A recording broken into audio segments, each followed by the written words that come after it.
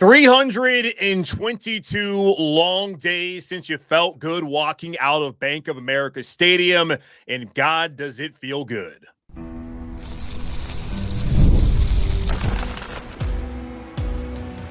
You are Locked On Panthers, your daily Carolina Panthers podcast.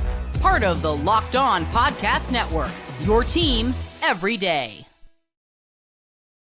Welcome into another edition of the Locked On Panthers podcast, a part of the Locked On Podcast Network.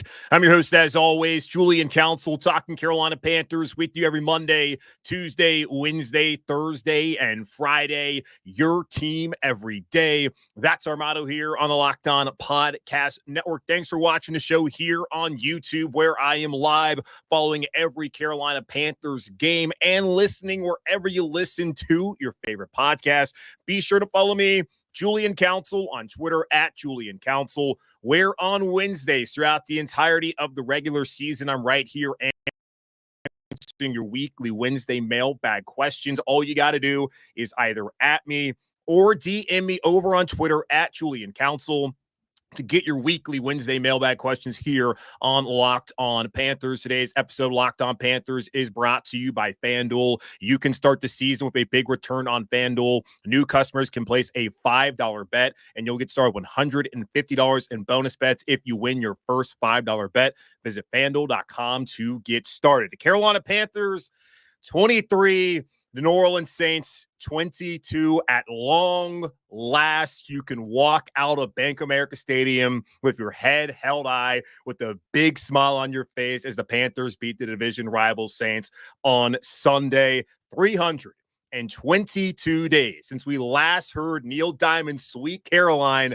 blaring from the speakers inside Bank of America Stadium. It feels good, y'all.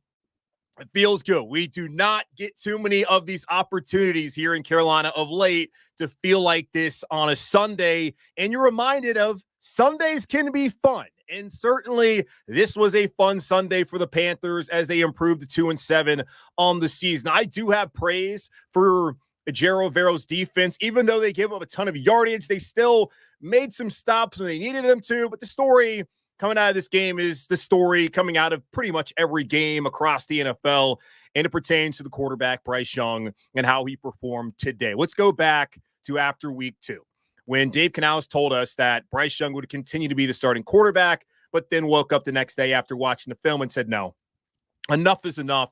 Bryce was terrible week 1 against these same Saints. He was terrible in week 2, had no confidence, was not making throws of anticipation, was not helping the offense move forward. He decided to go to Andy Dalton. And after we saw Dalton play as well as he played week 3 in Las Vegas, and even seeing how the offense performed in that tough week 4 loss against Cincinnati, it was hard to really argue against the decision that Dave Canales made. And in my heart and mind, going off of what we have seen happen in the past when these decisions are made in the NFL, I felt like it was over for Bryce Young. 18 games into his career in Carolina, 18 games into his career as an NFL starting quarterback, I felt like it was over.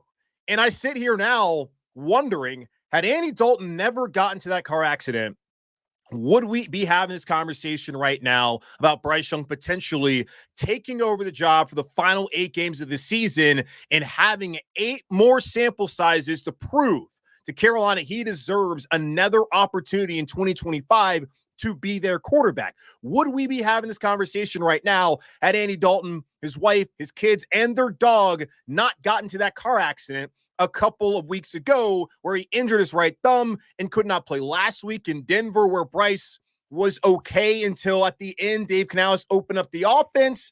And would we have seen an opportunity today where Bryce Young, I felt like, played one of his better games as a Carolina Panther? That is a question that we may be asking ourselves for a very long time, depending on how things play out for the rest of the season in Carolina and for the rest of Bryce Young's career here in Carolina and in the NFL. Looking at his final stat line, 16 of 26, 171 yards, a touchdown, an interception, a 77.6 ratio, or rating rather. That does not jump off the page at all. But I thought like Bryce Young played well today. You looked at him week 1, you looked at him week 2. He was someone who lacked confidence, who lacked accuracy, who lacked command, and really respect of the men in that huddle. in that locker room and the coaching staff. He's a completely different player from the one that we saw week one, week two, and even last week in Denver. He looks far more confident now when you look at some of the throws that he made in this game. Anticipation.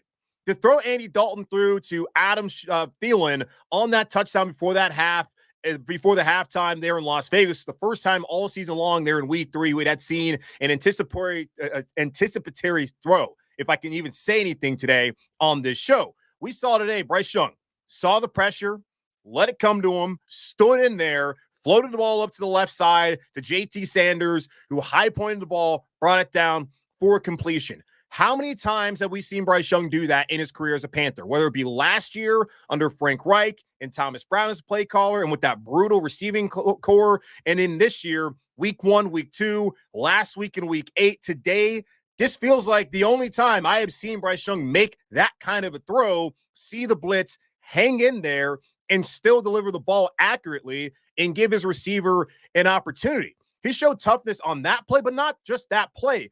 Go back to another opportunity in this game where Bryce ran the ball for 9 yards, put his shoulder down, trying to score a touchdown. And this is someone who is one of the smallest players in the league. And there was a ton of concern pre-draft about Bryce's ability to be able to hang up or handle it physically, and whether he was going to be someone to get beaten up and not be able to play games. And we've seen he's only missed 1 game because of injury, that phantom ankle injury from week 3 that we wonder, was that a benching or was he actually injured? We still don't know what the play was that led to that ankle injury. Either way, it hasn't been an issue for the smallest quarterback in the NFL, one of the smallest players in the league, to stay out there on the field and to throw his body and put it on the line, where that's a point where you gain confidence and trust and respect from your teammates and from the coaching staff. Also, we saw him cut it loose. How many times? Like with the anticipatory, the throw through of anticipation, as I cannot say that word today, how many times have we seen Bryce Young just sit back there in the pocket, take a couple drops, and just cut it loose? How many times have we seen that? Green Bay last year, maybe a couple times against Atlanta in that rainstorm, maybe a couple times in other points in time, but not really. You got that 3rd and 10. They got to get it, have to convert on that final drive where they were able to go down the field and score a touchdown.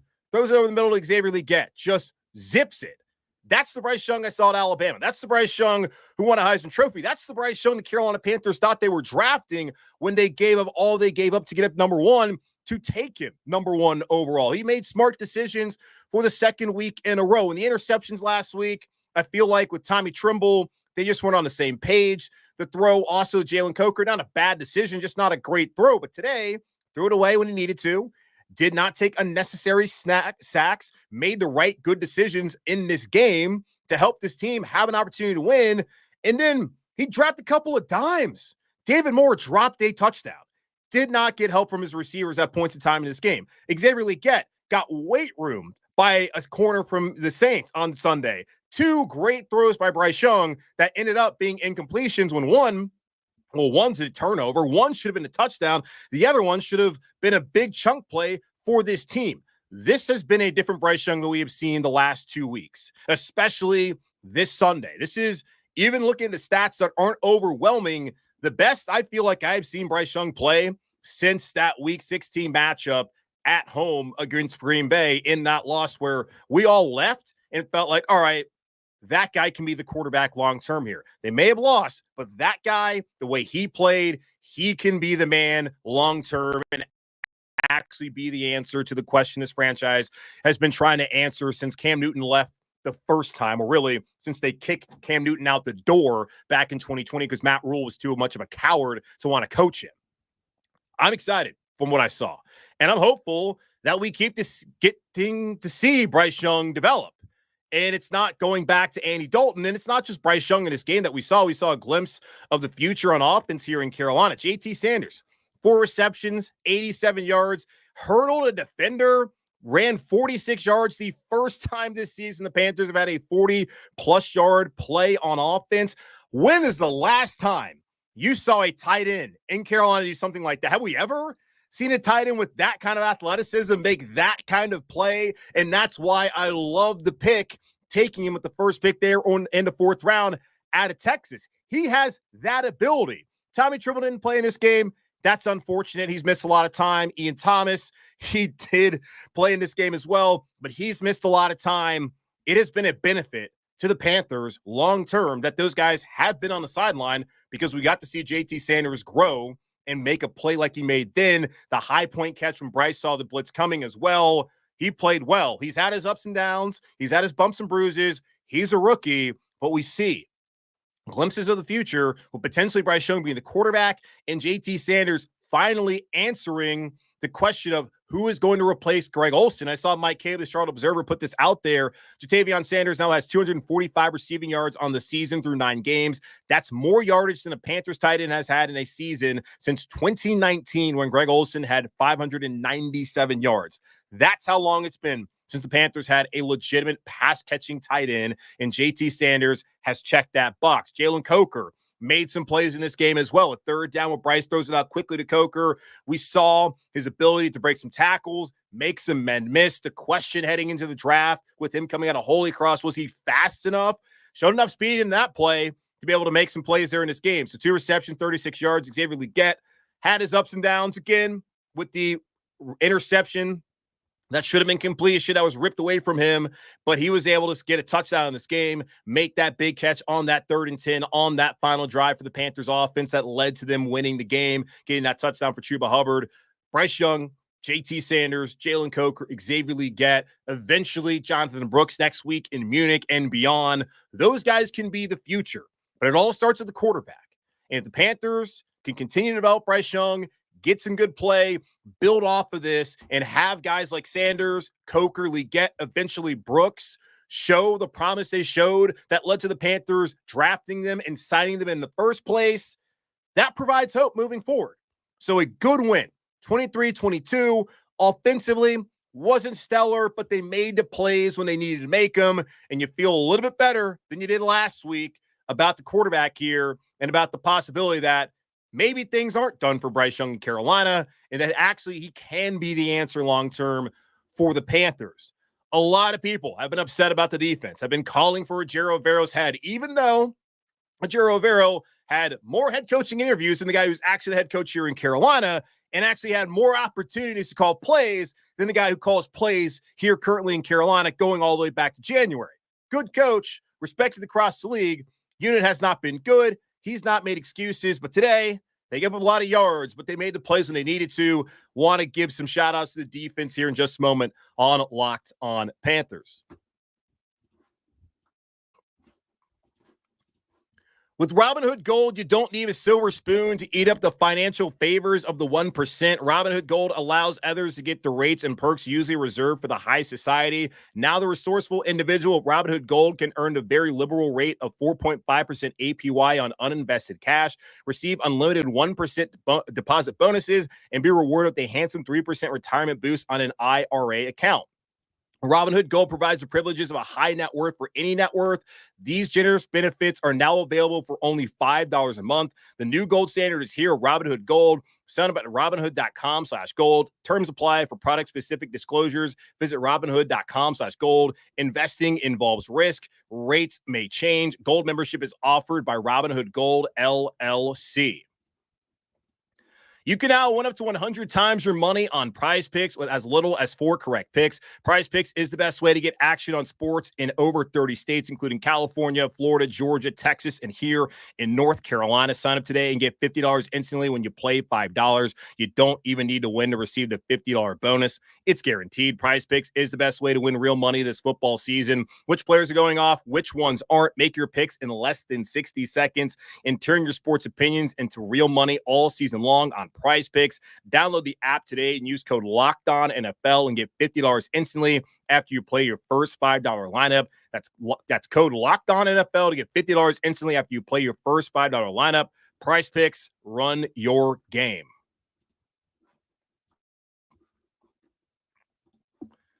Carolina Panthers 23, the New Orleans Saints 22 on this Sunday afternoon in Charlotte. The first home win in 322 days, 322 days since we have last seen and heard all the fans out there with a big smile and singing Sweet Carolina as the Panthers get that victory over the Saints. And an embarrassing loss for the Saints, honestly. A team where on the broadcast, you got Tom McCarthy and Jay Feely saying the Saints, if they won, improving to 3-6, they would have a chance to still win a division. That's not going to happen, y'all. Atlanta's 6-3 now. I still feel like that team is fraudulent based off of their point differential and some of the games that they've won against these Saints, against Tampa Bay the first time around at least. That has not looked like a dominant football team by any stretch, but we'll see what happens. But New Orleans was not going to be back in the division race, even had they won this game on Sunday. And this is a game. You look at it statistically, the Saints should have won. They had 427 total yards to the Panthers, 246. They had 25 first downs to the Panthers, 15. 197 yards to the Panthers, 80. You go back to the first half and look at those stats. They had 111 yards on the ground rushing. The Panthers had 104 total yards in the first half, and New Orleans was only up by one score. Like, that is not a good football team. That team, the Panthers allowed to score on actually 10 straight drives with the number one offense dating back to week one, where they had 9 straight, then they called off the Dogs. Panthers allowed them to score on that opening drive, only held them to a field goal, though. But 10 straight drives the Saints had against Panthers defense, first team versus first team. And still, they only went 1-1 against this team this year, where they had more rushing yards than the Panthers had total yards in the first half.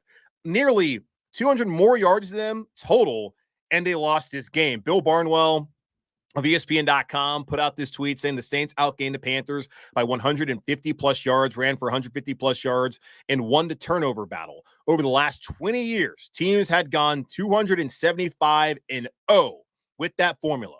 Now it's 275-1 thanks to the Saints. So you look at those numbers, and you wonder, why did the Saints lose this game? They lost because of the red zone. The Panthers' red zone defense a couple weeks ago was one of the worst in the NFL. They didn't do a great job last week against Denver, but they have improved to still not be a great defensive unit in the red zone, but they have gotten better over the last couple of weeks. And today, they held the Saints to 2 of 4 in the red zone. And importantly there, in that first half, kind of going back to that Falcons game where Atlanta was 3 for 3 in the red zone, and that was really the difference between the Panthers being down and potentially being tied in that game a couple weeks ago. The Saints were 1 for 3 in the red zone in the first half. The Panthers in this game overall were 3 for 3 in the red zone. New Orleans is 2 for 4. So New Orleans not capitalizing on those first 2 drives. There was 6-0. Could have been 14-0. Could have been 10-0.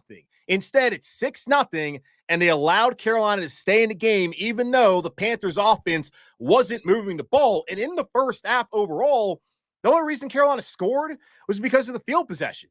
They got the ball at the 40, instantly had a false start penalty by Brady Christensen, then went down the field and scored a touchdown. That's the second week in a row the Panthers have had to overcome a Brady Christensen penalty on a scoring drive. Last week it was a hold. The Panthers able to overcome that. Today, it was instantly a false start that led to 1st and 15. They overcame that. And then later on, there was another shank it wasn't a shank. It was actually a decent return by the Panthers by Raheem Blackshear. Then there was a penalty that tacked it on.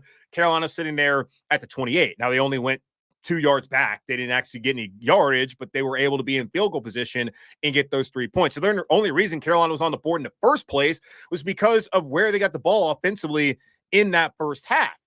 They hadn't shown the ability to move the ball down the field, but they were able to do it in that second half starting off, where they took over that lead, had the lead on New Orleans, and from there, they kind of held on until they got down. But still, you look at it, you hold them out to the field goals there in the first half.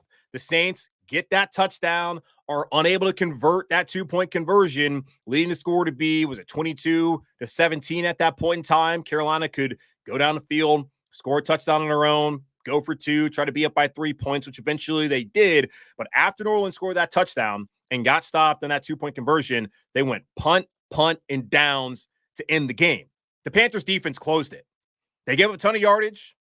They could not stop the run, but when they needed to get stops, They got him in the red zone, and they got them to end this game to give the offense a chance when Dave Canales seemed just super uninterested in moving the ball down the field of all of the screen calls. We'll talk about that here momentarily and how the offense was really held back by his play calling in this win on Sunday, but a ton of credit to this defense. We've talked about pass rush all season long, the lack thereof.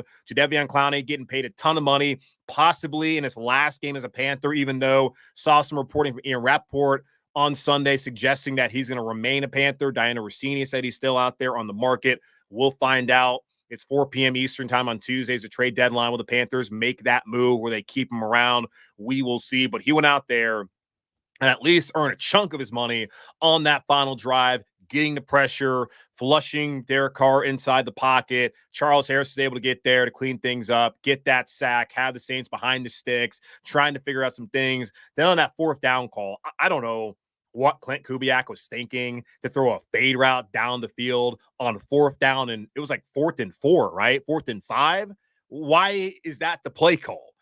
Doesn't matter. Mike Jackson is in perfect condition there on the defense. I forget who the receiver is. It was let me pull up the box scores to figure out. It was Cedric Wilson, right? So he was with him, he said, back in Dallas. And I saw in the press, well, at least in the locker room after the game, Mike Jackson was talking about he knew what kind of move that Cedric Wilson was going to give him.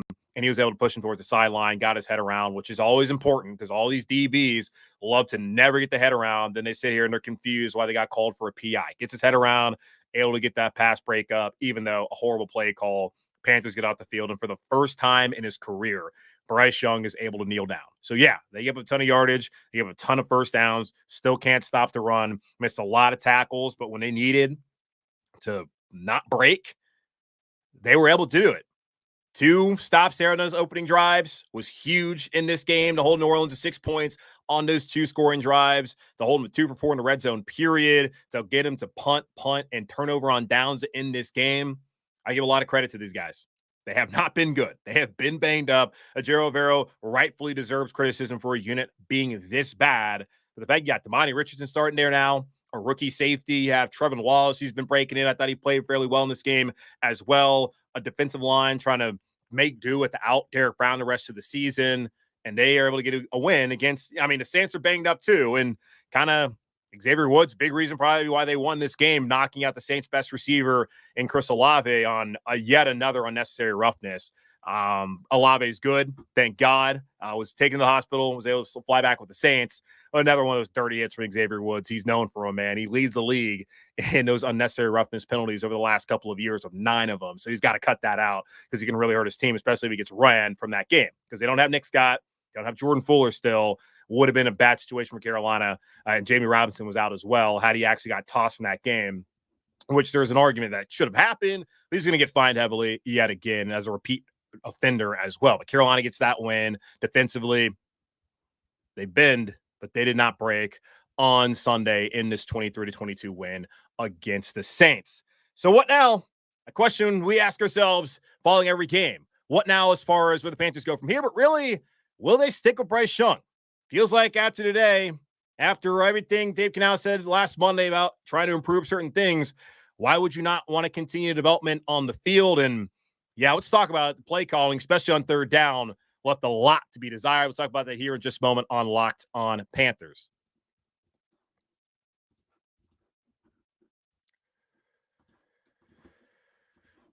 Time is our most precious commodity, so don't waste it scrolling through the same mind-numbing content for hours and hours. How can you spend it wisely to improve yourself? Our sponsor, Hillsdale College, is offering more than 40 free.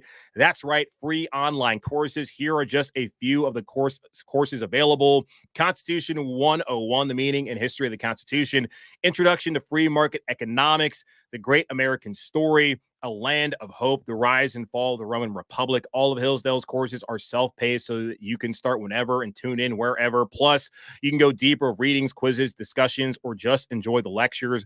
Go right now to hillsdale.edu/lockedon to enroll. There's no cost, and it's easy to get started. That's hillsdale.edu/lockedon to register, hillsdale.edu/lockedon. Get ready to tackle the NFL action with FanDuel, America's #1 sportsbook, because right now new customers can bet $5 and get $150 in bonus bets if you win. The FanDuel Sportsbook app gives you everything you need to place live bets on the NFL all in one place. So when you get a hunch in the middle of the game, you can check out the latest stats, view live play-by-play, and so much more on the same page where you place your bets. Just visit FanDuel.com to join today. You get started with $150 in bonus bets if you win your first $5 bet. That's FanDuel.com. Never waste a hunch and make every moment more. FanDuel, an official sportsbook partner of the NFL. Carolina Panthers improved to 2-7 on the season with a 23-22 win against the Saints for the first time in his NFL career. As a starting quarterback, Bryce Young got to line up in the victory formation and kneel down and celebrate, especially at home. 322 long days. The Panthers were able to celebrate a home victory inside Bank of America Stadium. And because the Panthers won and because Bryce Young looked better than he looked week 1 and week 2, and last week when he made his return as the Panthers starter of Andy Dalton on the sideline with the sprained right thumb, should they move on and have him continue to be their quarterback for the final 8 games of the season? Like, we saw him make a few cameos against the Bears and against the Commanders and wondered, would Bryce Young get another shot? I didn't think he was going to get another shot based off of every time Dave Canales was asked about Bryce. He always talked about Andy Dalton and how Andy and the team moving forward can improve, and how that was his focus, not on developing Bryce Young, not on Bryce Young going out there and playing again. It was always about Andy Dalton. But once Andy Dalton got in a car accident, Dave Canales had no choice but to go back to Bryce Young last week and decided, let me give him another week for Andy, let him heal up and play Bryce again. And we saw Bryce Young play better than he did last week. And that's the thing about it. Canales got a chance to review the film. He told us last week about how just didn't love operationally the 2 delay game penalties. Saw another one of those again at a crucial point in time where Carolina was trying to go for 2, got that delay of game.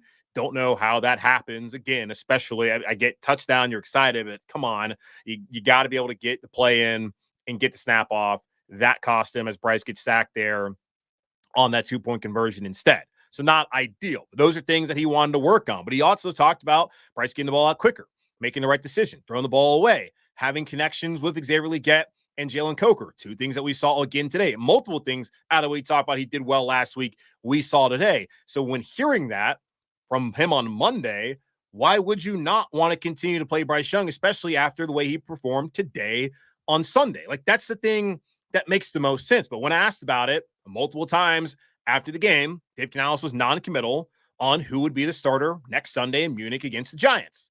I can understand from just a coach speak perspective that why make the decision following the game?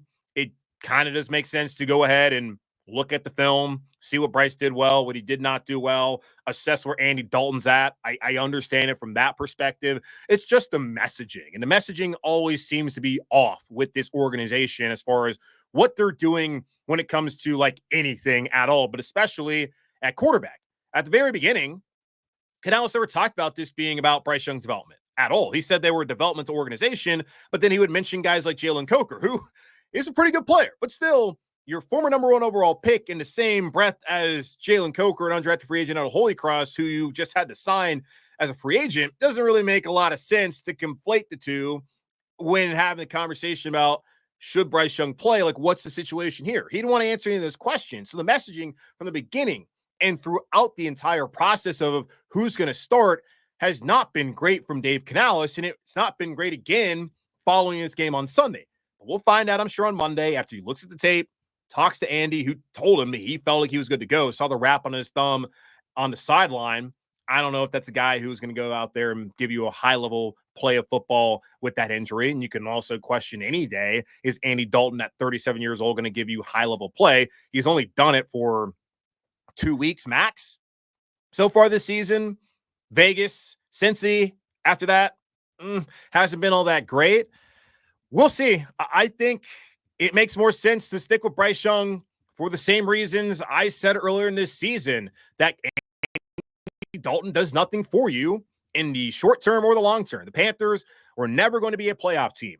Putting in Andy Dalton to have the false hope to give your team and the fan base that we can turn things around, like, it was never going to happen. played well the first 2 weeks. That's great. But Andy Dalton is a backup in the NFL in 2024 for a reason. We have seen that reason against Chicago. We saw it against Washington. We saw it even against Atlanta. There's a reason why Andy Dalton's been bouncing around from Chicago to New Orleans to Carolina to Dallas, because he's a backup. Fine player, can come in for a spot start or two and keep you competitive, but you do not want him to be your long-term answer. We already know who Andy Dalton is at this point in time. We're still trying to find out who Bryce Young is. If you look at the situations like last year, talked about it plenty of times. Fubar.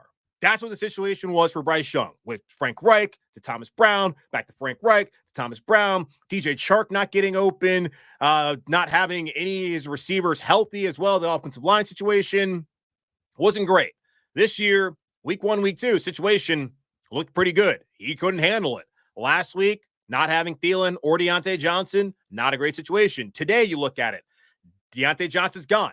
Thielen still wasn't able to play. He may be gone. Legette left for a period of time. To have Coker and David Moore, Legette, who's a little banged up there in the second half. You have Brady Christensen playing left tackle, Cade Mays playing center. To be able to go out there in that situation and to play as well as he played, like, you got to give the guy a lot of credit. Things have not been perfect for him in Carolina at all. And he has handled it in stride, man. And I appreciate that about his maturity. I'm sure deep down inside, he was ticked off about how things worked out. And there was some reporting from Diana Rossini. He did not like the benching. And I had felt like it made more sense to keep going with Bryce. It's hard to argue against the decision that Dave Canales made based off of how the team responded and how Andy Dalton played over this first couple of weeks. But right now, the right decision is to stick with Bryce for the final 8 games of the season, then decide what to do moving into 2025. A lot of NFL teams have called about Bryce over the last couple of weeks, whether he was available, and a lot of insiders believe that it makes the most sense for Carolina. And that's people around the league are saying it makes the most sense for Carolina to wait until after the season if they're going to trade Bryce Young. If he goes somewhere else, he's going to likely be a backup elsewhere, and then that team will then decide after the year how they want to develop him and maybe install them as their quarterback moving forward. Where after the season, there would be maybe bigger interest as far as just whatever his draft compensation would be if the Panthers do make that trade, because teams are going to actually be evaluating what all their options are and be able to sit down and really figure out what they want to do, and likely be a little bit more aggressive than they're going to be at the trade deadline in the middle of the season, where it's hard to have a player come in and really make that big of an impact, especially in the NFL at the quarterback position this late into the season. So stick with Bryce. Continue to work on the things that you need to work on with him. Continue to have him throwing to JT Sanders, who's a part of the future, to Xavier Legette, who's part of the future, and Jalen Coker, who has played his way into being a part of the future. And when Jonathan Brooks comes in there, same deal. Those 5 guys can be the future on offense. Andy Dalton is not going to be the future in offense here in Carolina, probably after the season's over. So why waste valuable snaps during a lost season on him when you have Bryce Young, the player you were brought here to work with? At least that's what we all felt was the case when Dave Canales was hired. Why else hire the guy that no one else wanted to interview? A guy who had been a play caller one time. Why else hire him if you don't want him to try and do what he did with Geno Smith and Baker Mayfield over the last couple of seasons? Now, Bryce has got to do a lot more to earn that opportunity next year, and we'll see what he's able to do. But I'm happy for him as far as how he performed today and the fact that he's been able to bounce back and get the second opportunity. And we'll find out on Monday again whether this opportunity sticks or if Dave Canales decides, nope, going back to Andy Dalton, who he clearly trusts more when it comes to play calling. Speaking of play calling, what the hell was that? I mean, seriously, what the hell was that a lot of times in this game? I was charting this on third down, just curious to see what the play calls were. Looking at all the third downs today, 3rd and 5, a throw behind the line of scrimmage to Miles Sanders that lost 7 yards. Never had a chance. Snuffed out by the Saints, who snuffed out a lot of short yardage stuff because they knew that the coordinator and the head coach was afraid to throw the ball down the field with Bryce Young. 3rd and 6, you're in Saints territory. It's an inside zone run to Miles Sanders. Saints were bringing the blitz. Would have been tough if they were trying to pick up protection, throw the ball, but still, they get nothing, have to punt the ball. 3rd and 5, there were more runs a dig route over the middle for a first down from Bryce Young. 3rd and 7, a swing route behind the line of scrimmage to Jalen Coker, makes a man miss, fights, almost scores a touchdown. Would have been a remarkable play had his foot not been out of bounds, but still throw from behind the line of scrimmage. 3rd and 2, Quick throw to the flat to Xavier Legette. He gets blown up by Alontae Taylor, and that's the exact same play where he hurt his hand/wrist, and we'll see what that situation is for him moving forward as they prepare for the Giants next Sunday in Munich. 3rd and 4, slant to JT Sanders for a first down. 3rd and 15, a dump off to Miles Sanders, and that's the same drive where we started hearing some boos. It's 17-16. Your defense just got a stop. You still have momentum. You can go down the field, get a touchdown, be up 8 points, and he goes screen for a loss to Chuba Hubbard, tries to do another screen to Xavier Legette where it was a bad throw by Bryce, and after Dave Canales throws Bryce under the bus and says that if he would have thrown the ball better, which, yes, should have thrown the ball better, obviously, but he never says anything positive about Bryce. He's always like, oh, yeah, well, don't want to talk about it. Andy Dalton, though, let's talk about him. He throws that ball, poor throw, but if Xavier Legette's able to catch it and he's able to stay on his feet, then he says, allegedly, there was something there. And it's funny how on that play, Canales can say that he thought there was something there, but when you ask him about other plays, he's got to review the film. So which one is it, buddy? Do you know, or do you need to watch the film? Just stick to one line. I just want to know. Can you actually answer the question, or you got to see the film? Things are just infuriating when it comes to him and just coaches in general with the coach speak and all the BS. You saw the game. You called the plays. You know whether it could have worked or not. Yes, there's certain things you got to look back at, but come on, dude. So they do that, and then it's 3rd down to try to set up another screen. Just embarrassing stuff when it came to that drive. Bryce got pressured on one of the 3rd downs and 6s, had to throw the ball away. Smart decision by him. Then the 3rd and 10, Bryce steps back, cuts it loose. Like, you got to open up the offense here, man. And the big reason why Carolina even scored that touchdown on that final drive was throwing the ball down the field. Those are the kind of things that happen. The Tom Brady Patriots had so much success just throwing it up there and waiting for the ref to give him a flag. The Patrick Mahomes Chiefs, exact same situation. No, this is not Brady. No, it's not Mahomes. No, it's not any of those teams. But still, if you throw it up, these DBs at every level just do not know how to turn their head around. And it was DeMario Davis, the linebacker in that situation. Even worse, linebackers, not great in coverage, couldn't turn his head around. Just do that. And these are the situations you put yourself into where all you need to do is hand it off to your stud running back, and what do you know? Boom, boom, boom, boom. But instead, it's screen. Just stupid stuff, man. And I know a lot of people are asking for Brad Idzik. Let's chill out on that stuff. Seriously, let's chill out on calling for a guy who up until last year had never been the head position coach wherever he had been. He had always been like a quality control coach or an assistant wide receiver coach or assistant running backs coach. He had never even been the actual wide receiver coach until last year. And by the way, that Canales' right-hand man. So what makes you think the offense can be any different with him calling it with less experience than Canales calling the plays? Like, that's just asinine, man. Y'all last year wanted Thomas Brown to call the plays, even though he had no experience doing it. Now, Frank Reich did say at one point in time he would pass it over, so you felt like, why not go ahead and do it? You're 0-6. Worked out for a game. He was bad at it. Frank Reich came back, was bad at it. Once Reich got fired, Brown was still terrible at it, and he admitted even after the season could have done more. He stunk. Y'all wanted Dalton. That worked out for a game. Still weren't winning anything. So give the guy a little bit of benefit of the doubt here. First time as head coach, he's still learning on the job. The messaging has to improve. PR staff, I don't know, someone's got to get in his head and help him out. I don't know what they got to do. So I'm going to give the guy a benefit of the doubt. I don't love what I've seen so far as the play calling in this game. I've not been overly impressed by Dave Canales, but we are 9 games into this situation. So just relax a little bit when it comes to this. I understand your frustrations. I share in those, but get it. Like, this is his second year as a play caller, and this is the first time as a head coach. He's still learning on the job. So let's show him a little bit of grace, especially after winning a game. Now, you lose a game because of some of the things we saw today. Yeah, well, fire and brimstone, of course. But today, it feels like they won in spite of the head coach. And that's not a great feeling as far as that perspective of it. But as far as actually winning the game, you're happy. So no, Brad Idzik is unlikely the answer, just like Thomas Brown wasn't the answer and Andy Dalton wasn't the answer in Carolina. So deep breath, and they'll be okay. I hope. So that's going to wrap up this edition of the Locked On Panthers podcast, part of Locked On Podcast Network, hosted by yours truly, Julian Council. Thank you to all the folks here who tune in live on YouTube. 238 I'm seeing right now as I'm logging off here. Subscribe, follow the show for free on YouTube and wherever you listen to your favorite podcast. Be sure to follow me, Julian Council, on Twitter at Julian Council, where on Wednesday I should be back to answer your weekly Wednesday mailbag questions. Now, the thing is, flying out to Munich tomorrow. I'll be in the air this time tomorrow night, as long as Lufthansa can get everything, in order. It's not an American Airlines nonsense kind of stuff. So I'll be on a plane. I fly in, get there Tuesday morning, and the NFL trade deadline's not until 10 p.m. Munich time. So if the Panthers don't make a move, probably will just go straight up have a mailbag. If they make a move or two, then we're probably looking at just reacting to that for Wednesday's show.